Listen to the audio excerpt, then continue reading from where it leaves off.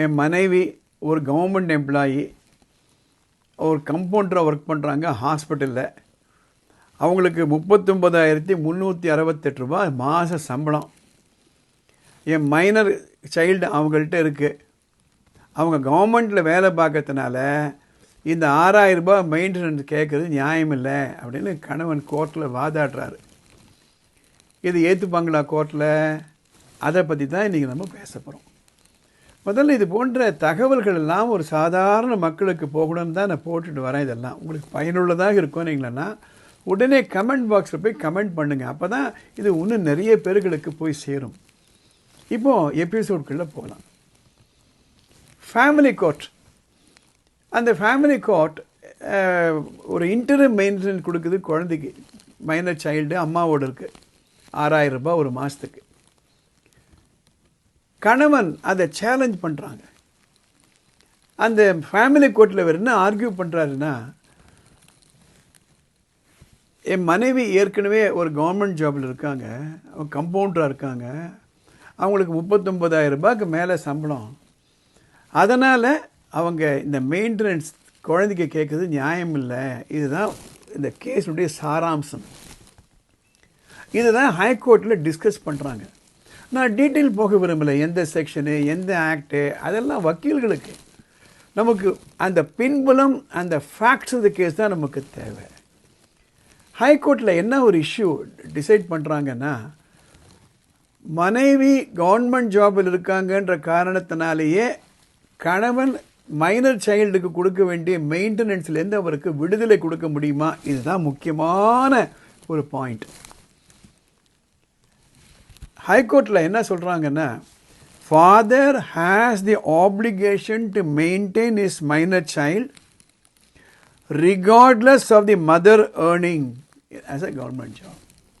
அதுதான் மேரேஜ்னு பண்ணியாச்சுன்னா குழந்தைக்கு கொடுக்க வேண்டிய மெயின்டெனன்ஸ் கொடுத்து தான் ஆகணும். ஒய்ஃபு எம்ப்ளாய்டாக இல்லையா, எவ்வளோ சம்பாதிக்கிறாங்கன்றது பிரச்சனை இல்லை. இப்போது அந்த கணவன் என்ன எடுத்து சொல்கிறாருன்னா, நான் ரிட்டையர்ட் ஃப்ரம் தி ஆர்மி, எனக்கு வர பென்ஷனில் எங்கள் அப்பா அம்மாவை காப்பாற்றணும். மாதம் 14,000 ரூபாய் அது அவங்களுக்கு நான் மெடிக்கல் ஃபெசிலிட்டிஸ் கொடுத்துட்ருக்கேன். அது மட்டும் இல்லை, எங்கள் ஒய்ஃப் பேரில் ஒரு வீடு வாங்கினேன், அந்த இஎம்ஐ வேறு நான் கட்டுறேன். என்னாலேயே என்னுடைய ஃபேமிலியை மெயின்டைன் பண்ண முடியல. அவங்க 39,000 ரூபாய்க்கு மேலே சம்பளம் வாங்குறாங்களா, அதுவும் கவர்மெண்ட் ஜாபில். ஆனால் அவங்க பார்த்துக்கிட்டு குழந்தைய நம்ம கேட்கும்போது நியாயமாக தோணும். ஆனால் சட்டம் அது சொல்லலை. சட்டம் என்ன சொல்லுது அப்படின்னா, மேரேஜ்னு ஆயிடுச்சானா உங்கள் குழந்தைக்கு நீங்கள் மெயின்டைன் கொடுத்து தான் ஆகணும். அவங்க கவர்மெண்ட் எம்ப்ளாயின்றதுனால இந்த 6,000 ரூபாய் நிப்பாட்ட முடியாது. இருந்தாலும் இதுதான் முக்கியமான ஒரு விஷயம். நீங்கள் ஃபேமிலி கோர்ட்டில் எடுத்து சொல்லுங்கள், இதெல்லாம் எடுத்து சொல்லுங்கள். அவங்க எவ்வளோ சம்பாதிக்கிறாங்க, நீங்கள் எவ்வளோ சம்பாதிக்கிறீங்க. அந்த பாயிண்ட் எதுக்கு பயனுள்ளதாக இருக்குன்னா, அவங்களுக்கு எவ்வளவு மெயின்டெனன்ஸ் கொடுக்கணுன்றதை பற்றிய அந்த டிசிஷனுக்கு இது பயனுள்ளதாக இருக்குமே தவிர, அவங்க வேலை பார்க்குறாங்க, அதிகமாக சம்பளம் வாங்குறாங்க, அதனால் நான் மெயின்டெனன்ஸ் கொடுக்க வேண்டிய அவசியம் இல்லைன்ற பாயிண்ட்டுக்கு இது சரிப்பட்டு வராது. ஆக அவங்க வாங்குகிற சம்பளத்தை மனசில் வச்சுக்கிட்டு family court should fix the maintenance. இப்போது இன்ட்ரீம் ஸ்டேஜில் தான் இருக்குது. இந்த நேரத்தில் நான் இன்டர்வியூ பண்ண மாட்டேன், அதனால் ஃபேமிலி கோர்ட் டிசைட் பண்ணணும்னு சொல்லிட்டாங்க. இது போன்ற கருத்துக்கெல்லாம் நமக்கு தெரியணுங்க.